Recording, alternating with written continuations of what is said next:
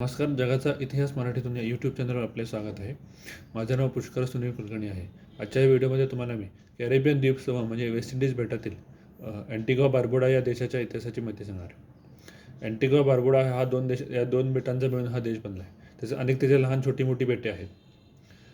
Antigua बार्बुडामध्ये पहिली मानवी वस्ती सुमारे इसवी सन पूर्व 3000 साली झाली. ते लोकांची नावे अजूनही अज्ञात आहेत. इसवी सन पूर्व 500 ते 280 या काळात अँटिग्वा आणि बार्बुडा या बेटांवर अरवाक जमातीच्या लोकांचे आगमन झाले. तेथे मातीच्या कलाकुसरीची भांडी बनवत असत. कालांतराने तेथे कॅरेबियन जमातीच्या लोकांचे आगमन झाले. कॅरिब लोक हे नरभक्षक होते. इसवी सन 1100 सालानंतर कॅरिबियन लोकांची तेथे अरवाक जमातीशी युद्धे झाली. त्यात त्यांनी वारंवार हल्ले करून अरवाक जमातीच्या लोकांचा पराभव केला.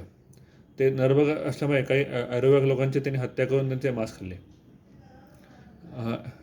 अरवाक जमातीच्या लोकांनी तिथून स्थलांतर केले व कॅरेबियन लोकांचे त्या बेटांवर आधिपत्य निर्माण झाले. इसवी सन 1493 साली क्रिस्तोफर कोलंब या स्पॅनिश दर्यावादी खलाशाचे तेथे आगमन झाले. क्रिस्तोफर कोलंबसने अँटिग्वा आणि बार्बुडा अशी दोन नावे ही स्पॅनिश भाषेतील नावे त्या बेटांना दिली.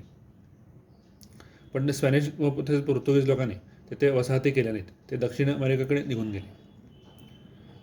या बेटांवर नंतर आलेल्या इंग्रजांनी वसाहती केल्या. इंग्रजांनी 1632 साली अँटिग्वा बेटावर वसाहत केली व 1684 साली बार्बुडा बेटावर वसाहत केली. तेथे त्यांनी उसाच्या मळ्याची लागवड केली. उसाचे मळे फुलवण्यास तेथे त्यांनी सुरुवात केली. त्या युरोपियन लोकांबरोबर आलेल्या रोगराईमुळे इंग्रजांबरोबर आलेल्या रोगराईमुळे तिथे युरोपियन लोकांबरोबर जो रोगराई आली तिथे त्या रोगांचा प्रतिकार करण्याची क्षमता तेथील कॅरेबियन जमातींमध्ये नव्हती. त्यामुळे तेथील हळूहळू ती जमात नष्ट होऊन गेली.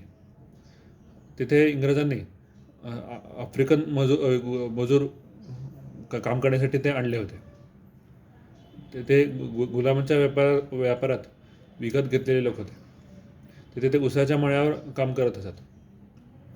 इसवी सन 1834 साली तिथे गुलामगिरीची प्रथा बरोबर तिथे बंदी आणण्यात आली. तिथे आफ्रिकन गुलाम हे स्वतंत्र झाले व वेतनावर काम त्यांना मिळू लागले. म्हणून मात्र त्यांचे वेतन अतिशय कमी होते.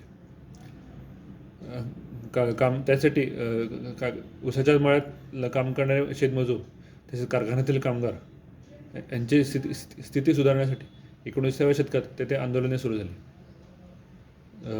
त्यानंतर 1981 साली अँटिग्वा आणि बार्बुडाला इंग्रजांपासून स्वातंत्र्य मिळाले.